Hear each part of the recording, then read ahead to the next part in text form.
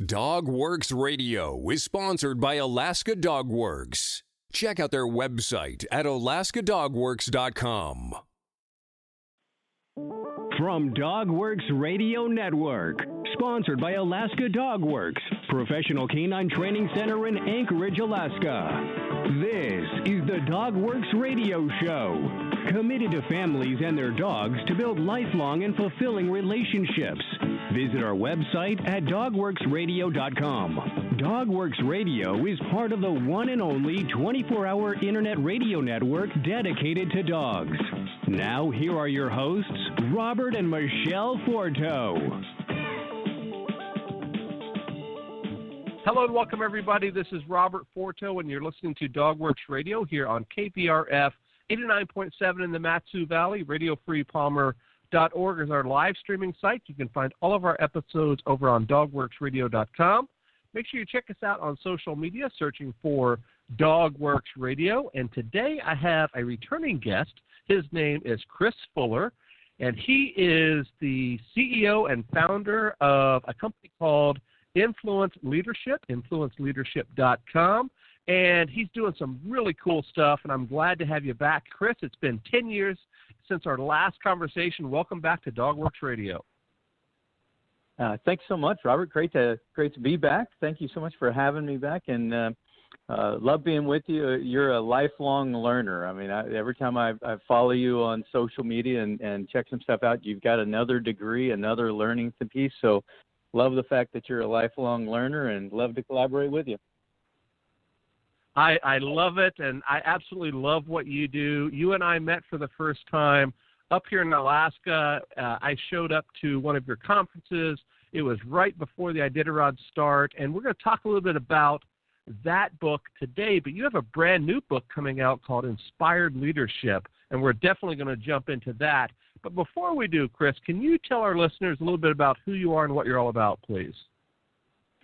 You bet. So I'm about affecting change through leadership. And I got my start, built up a business, got out of the business, had enough cash, and was really kind of burnt out. And the short version is try to decide, what is life 2.0 going to look like?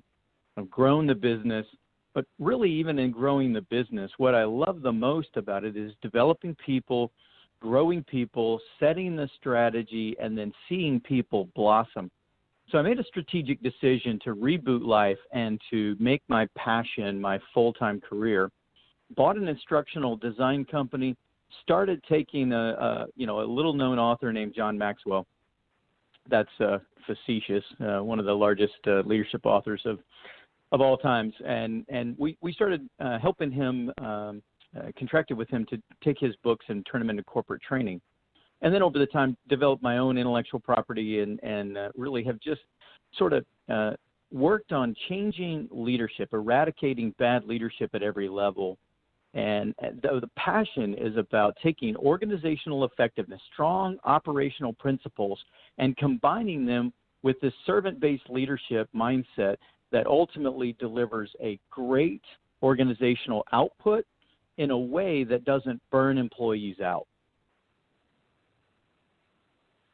It's awesome stuff. I've used your leadership principles many times in my business. I don't know how many papers I've written about this type of leadership in school. You had mentioned by going back to school at middle age, and I have to say I am on full board with what you're out there teaching. And as I said almost a decade ago, you do some great stuff out there. Yeah, I really appreciate that. That's great. That's why I do it is when people can apply it. You know, there's so many people that have a heart to lead and they get promoted, but they're just promoted above their head. And if I can just help those leaders be a little bit more effective, then think about all the people that they lead. You know, for every leader, there's going to be 5 to 10 people that report to them. And it really sort of just hit me in the chest probably 15 years ago, 10, 15 years ago. I was working with an organization. I was working with their top 12 leaders, and their top 12 leaders had 100 or so direct reports, and those 100 had a couple of thousand direct reports, and the entire organization employed 80,000 people worldwide.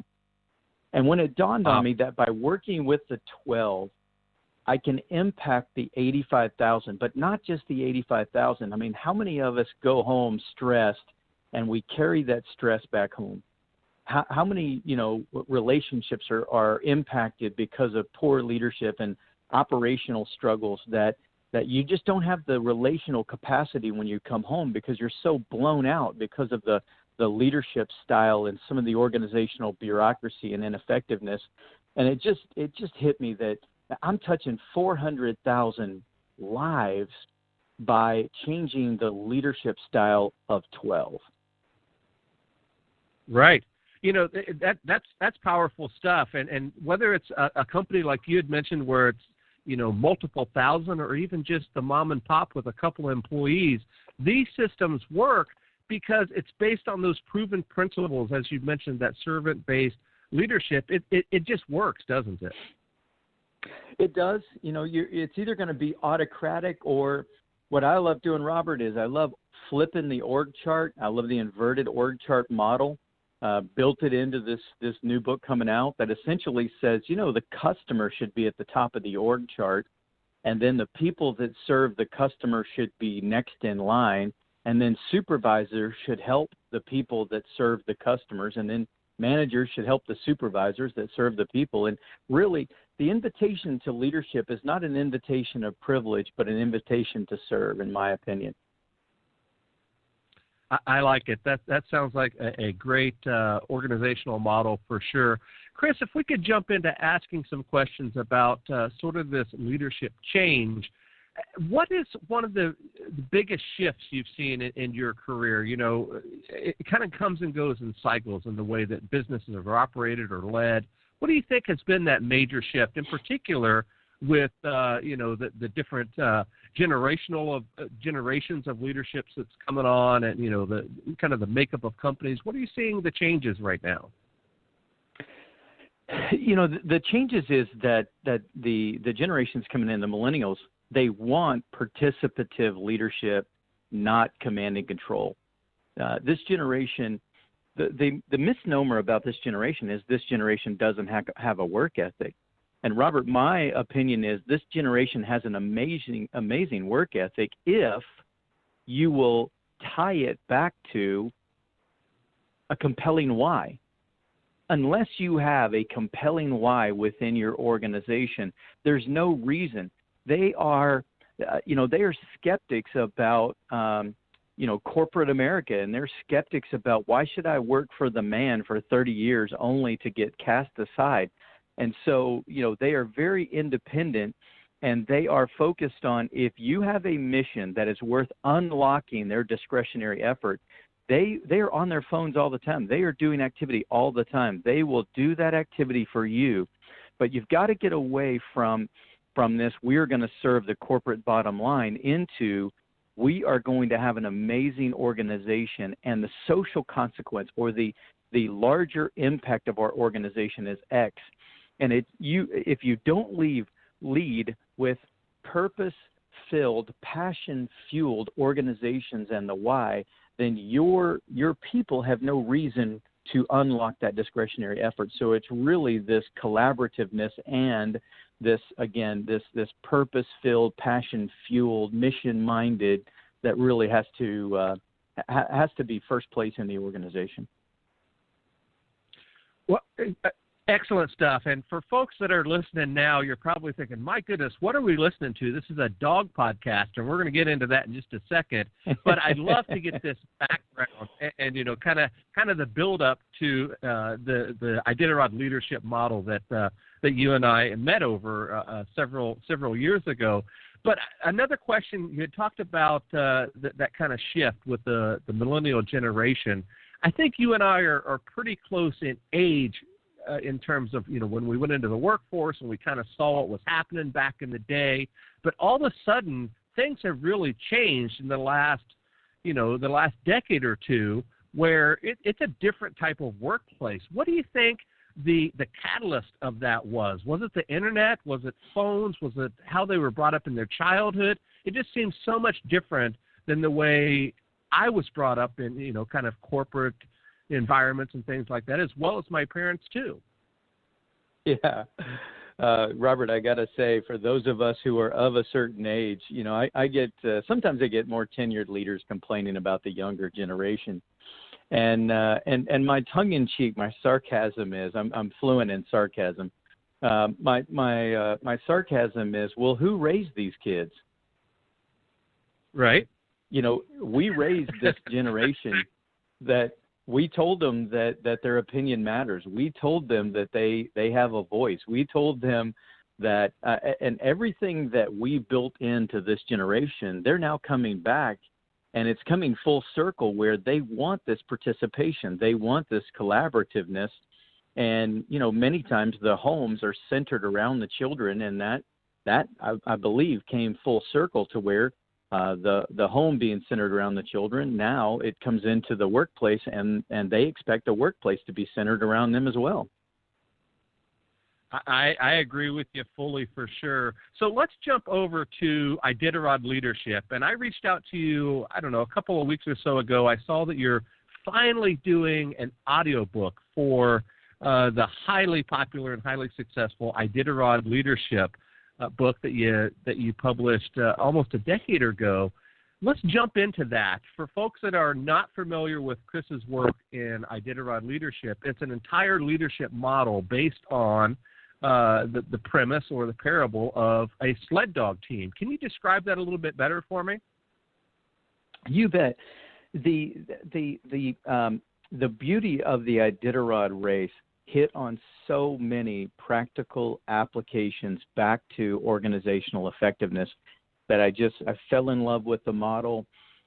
Years ago, we always said, if you're not the lead dog, the view never changes. And so in quoting that, I really started looking at where did that come from. It came from the sled dog world. And then, what's one of the premier events in sled dog? It's Iditarod. And really started building that out as a metaphorical. And the more I studied the race and the mission, so I talked about being mission-minded. The race is a commemorative race of the medical mission of mercy. And so there were 5 or 6 mushers that essentially said, Nome will not die. While we still have breath in our lungs, blood in our veins, we're going to get this life-saving serum to the people that need it. And when you have that kind of a mission and that kind of a tenacity of fulfillment, I think that every organization can benefit from those levels of a champion. So I talk about the story of how do you achieve 1,100 miles, and now they're doing it 8 days and change, I think. And so right. You don't run 1,100 miles. You break it up into components or to checkpoints. And so really the metaphor is about the style of leadership. The leader is not, pulling out front. The leader of the team is not the leader in the team. And there's a lot of metaphoricals that we run through around your mindset, your mental attention to the trail, into the practical aspects of how do you run 1,100 miles, and then how do you partner with the team for effectiveness, and how do you get the team to partner with itself? There's been more than one dog sled team over the last number of years that their 2 lead dogs kind of got into it and it wrecked their race. So how do you make sure that your team is collaborating with itself before it wrecks the mission and derails everyone? Right. And as I mentioned at the top of the show, you and I met up here in Alaska at the Iditarod ceremonial start here in Anchorage, and that was at the height of the Sarah Palin deal. And I remember you were out there doing the ribbon cutting with her and that sort of thing. And you were, a big part of the scene back then in terms of, your book and the workshops and whatnot. Have you continued to follow it as deeply as you did back then, or of course, I'm sure other things have come up on your radar? I have followed it. I'm still passionate about it, and very close to it. Want to get back. This was the 10th anniversary of the book release, and so really we'd love to get back up to the start. And next February, March for the 10th anniversary of the launch up there. after the release. And so, still following it, but as the success of the business and of the consulting has grown, I'm actually out there teaching others about the Iditarod through this business metaphor, and just evangelizing, if you will, others to get them involved in not only the race, but just in the spirit of everything that goes on with.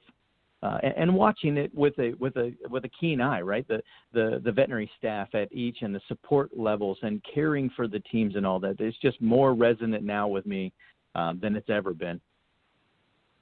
Right. And you're not just a book. As you mentioned, you're teaching these principles to business leaders throughout the country, throughout the world. And that's sort of, the job that pays the bills. And you've been doing that for quite a while. What are people's interpretations of that? When you show up to a business, you had mentioned you're in Washington, D.C. right now, and you show up to a business that doesn't know anything about mushing or sled dogs or the North or whatever, and you present this to them, what is their take on it? What do they think at the end of the day after your talk or your workshop? I have a strong distaste for boredom. I know that you do too. And right. And when you walked in, if you can imagine going into a management class, I mean, you're already sort of predisposed to this is going to be. I'm going to be wanting to poke my eyes out at some point during this day. I'm trying to figure out how to get out of it. So there's a lot of boredom in training.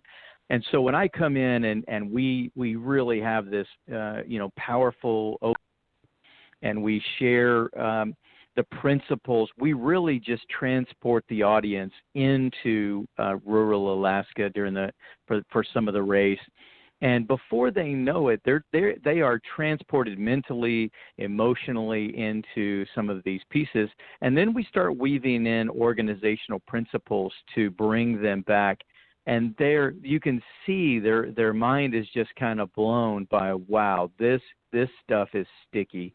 And I can use this stuff. It's practical, it's fresh, and it's not the same old boring piece. I could talk about key performance indicators, and I can talk about metrics, and I can talk about dashboards, and I can talk about all the same, MBA level content. But why not talk about it in something that is really exciting and interesting to people? I can talk about employee engagement, but when you put it into the fact that the dogs don't have to pull for you, and what are you doing to unlock or unleash the power of the pull, then that metaphor just starts to give them a language that they can embed in their culture that gets away from some of the monotony of the standard management training and gets it into this journey, this life adventure that's applicable to what they're doing every day. And I wonder, Chris, how many of those folks that you talk to in these seminars and workshops and things end up becoming dog mushing fans? I guess there has to be some crossover. What do you think? Oh, yeah. I've had some people that have said to me, man, I can't wait to get up and go to Alaska. Or I'm going to Alaska, and then I get emails. I was on Front Street, So it's just this great piece of the connectedness and the community back to back to them understanding. Or they'll send me an email and say, Chris, I'm doing everything I can. I'm going to be the swing dog within my organization. Talk about trying to lead the boss and lead your peers. And so it's just great to hear that language sort of echo back. Yeah, that's awesome for sure. Chris, you had said that you're going to release your audiobook for Iditarod Leadership pretty soon. What was that journey like? Did you record it yourself, or did you have another person read for it? I read it and had an audio engineer with me. And again, for the 10th anniversary of the book release, it was finished around this time and finally publicly released in October. So technically October will be the 10th year of the anniversary of the release. But I've had so many people say, man, Chris, why haven't you released this on audio? And it really has been a time constraint piece. And I finally just said, you know what? people have asked me for it. I'm just gonna suck it up and get it done. And so we spent 6 and a half hours straight. And I just told the audio engineer to hold on, and we're going to do this, and we're going to go with it. And Andy Costa is the audio engineer on it. Andy Costa is an Emmy Award-winning cinematographer, and was just introduced to him, and he's done some video work for me. And he said, "Let's give it a go." And so it was a labor of love, if you want to say that. And here's the interesting part, Robert. It took me 6 hours to record it. It's taken Amazon 2 months to get it loaded, and the Amazon piece still says it's headed to retail, and I'm told that it is supposed to be released by the second week in May. Coming up real soon. You know, it's interesting, Chris, you had mentioned at the top about how technology has taken over our lives, and, you know, the generation now consumes content much different. And if we could tie this back to 2009, 2010, that was really the infancy of smartphones and everybody having them at their hip and always on. And, you know, back then everybody was reading books. And, of course, you released your book. But now everybody's listening to podcasts and listening to audiobooks, and they have headphones in their ears all the time. So this is just the next piece of the puzzle, isn't it? It is, and we're looking forward to more podcast episodes, more things around the Iditarod, and just continuing that. And then, you know, for this content and for the others, there's the videos in the works that essentially you can learn on demand, and that really is, from a learning standpoint, the new methodology is just-in-time learning, and I want to be able to get into it. I want to be able to look for it. When you think about how people consume knowledge now, they essentially go to their favorite search engine, Google, Bing, Siri, Alexa, and they ask a targeted question. So that's really where we're trying to take our learning to that same point, where we can be just-in-time learning to be effective for them when they need us. And that, I guess that's a good segue into your new book, Inspired Leadership, which is a little bit different than the Iditarod leadership. Can you explain that a little bit for us?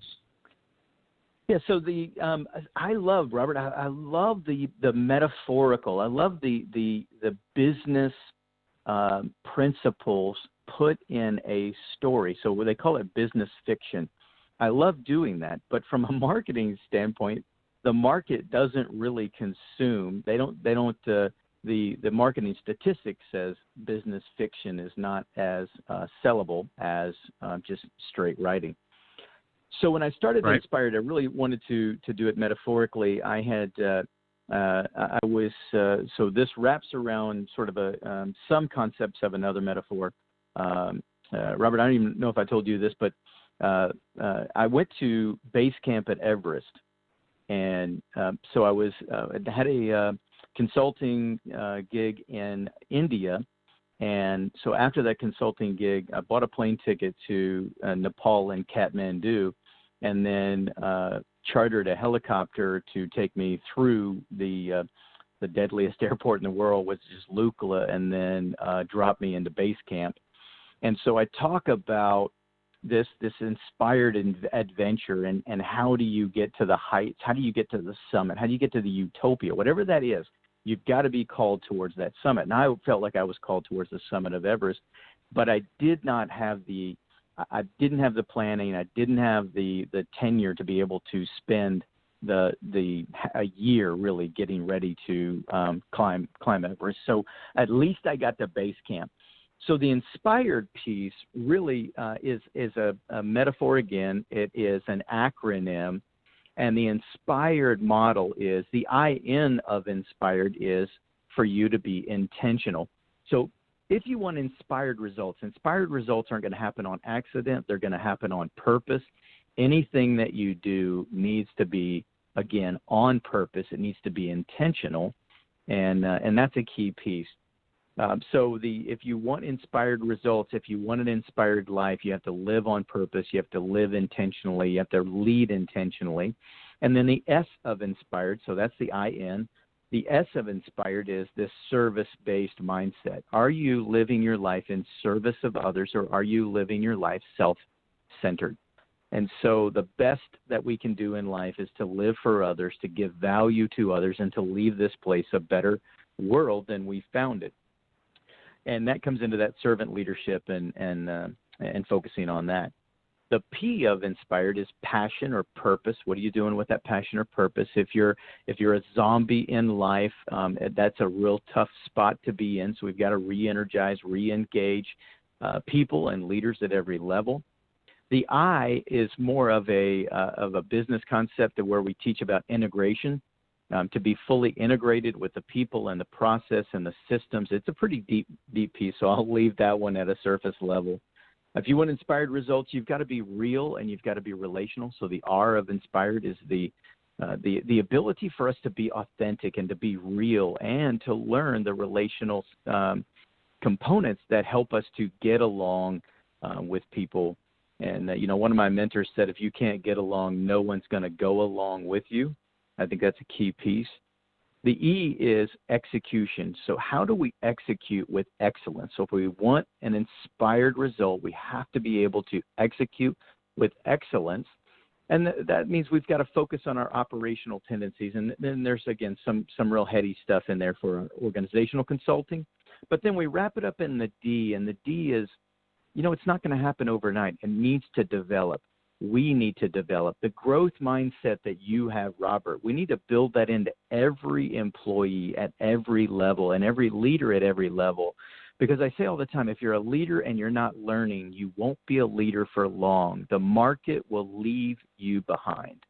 And so the inspired results and the inspired leadership is about being intentional, about being a servant to all, about being passion-filled, purpose-fueled, about being integrated, real, relational, executing with excellence, and every day we're diligently developing and getting better. So that's the new book and the new inspiration piece, and really it's sort of my 52 years of life learning culminated into one manifesto.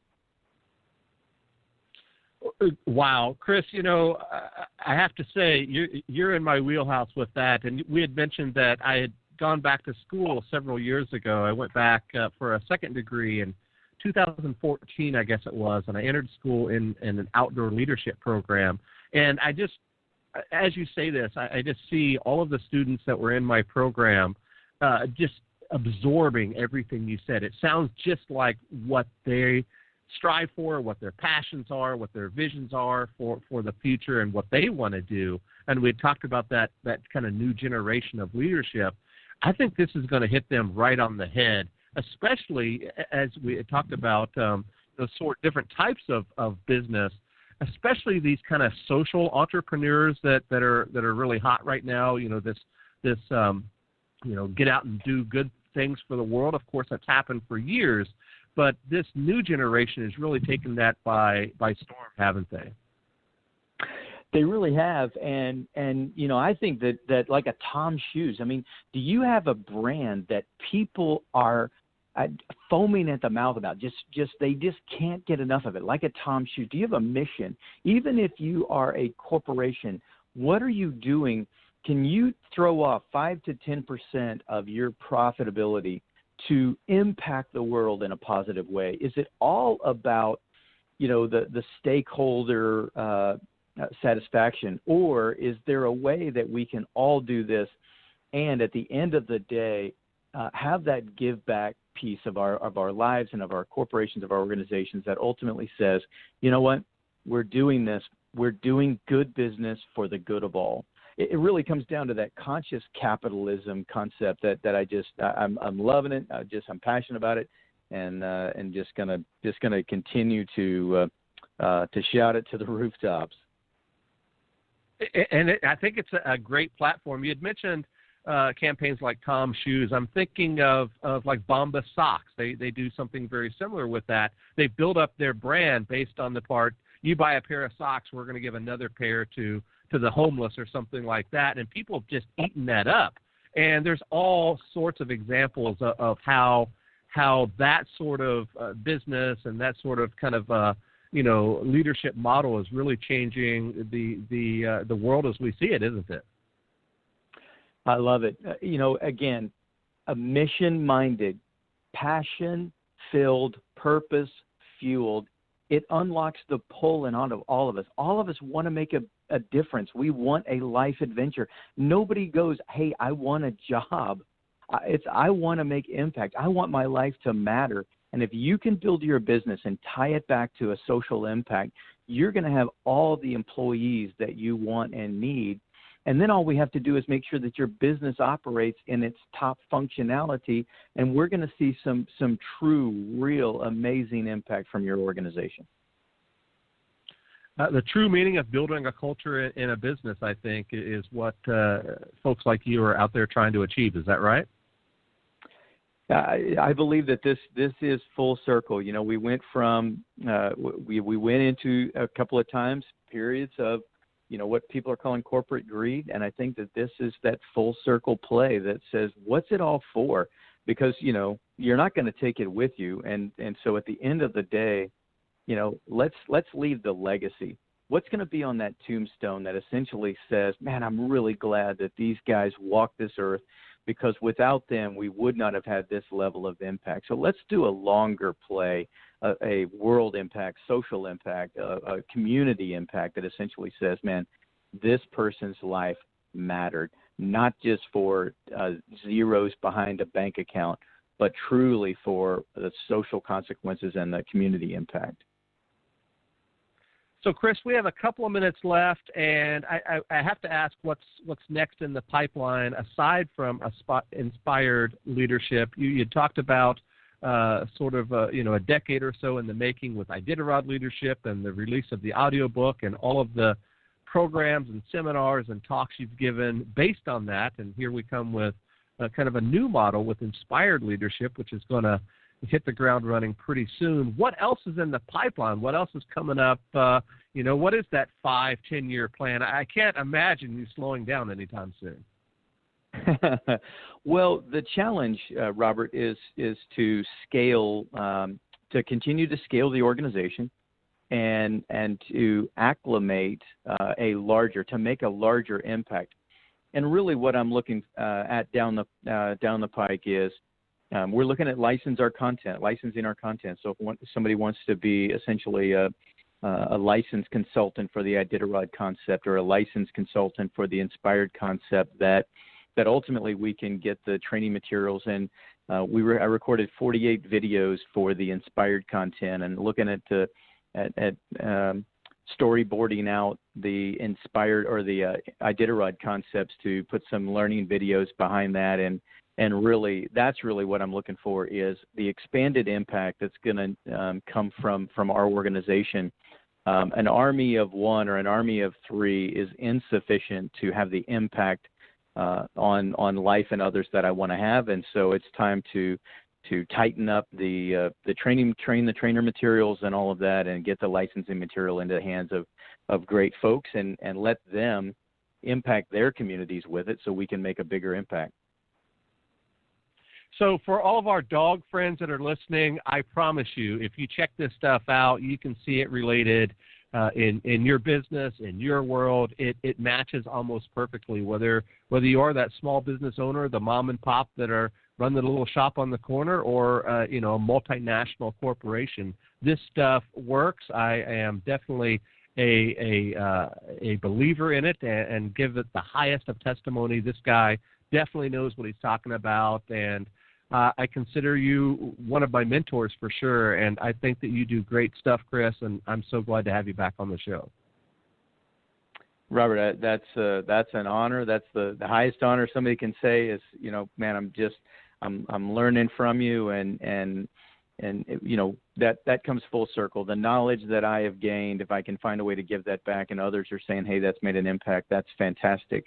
And again, for those that are passionate about dogs, the veterinary organization still needs to run effectively. Those that are passionate about rescuing dogs, if we run our organizations better, then the funds that kicks off will ultimately help us rescue more dogs and care for more animals, and you can live your passion with a little bit more organizational effectiveness. Excellent. Chris, before we end, hang out until the show closes so we can close up. But first, how can folks find out more about you? I know you're active on social media on a personal level, but how can folks follow what you do, whether personally or in the business world? Sure. So pretty much Chris M. Fuller. If you engine search Chris Fuller Leadership, you're going to find a way to get to me. Certainly send me an email, chris@influenceleadership.com. Right now, the Inspired Leadership.com rolls back to Influence Leadership. Yeah, Iditarod and please reach out. If you find me on Facebook, if you hit influenceleadership.com, all my social media connections are there, and certainly would love just to hear from you and fire some questions away. Would love to help you in any way we can. Excellent. Chris Fuller is my guest today here on DogWorks Radio. So on behalf of my guest today, this is Robert Forto. We will see you guys next time. Goodbye. Did you know that Alaska DogWorks trains service dogs for those in need throughout North America? Each and every service dog that is trained through the Lead Dog Service Dog Program and Michelle Forto and her team has an individual training plan. We train for autistic, mobility, psychiatric, and PTSD for our soldiers for service work. If you know of someone that may need a service dog, please take a moment and check out Alaska DogWorks on social media and at alaskadogworks.com.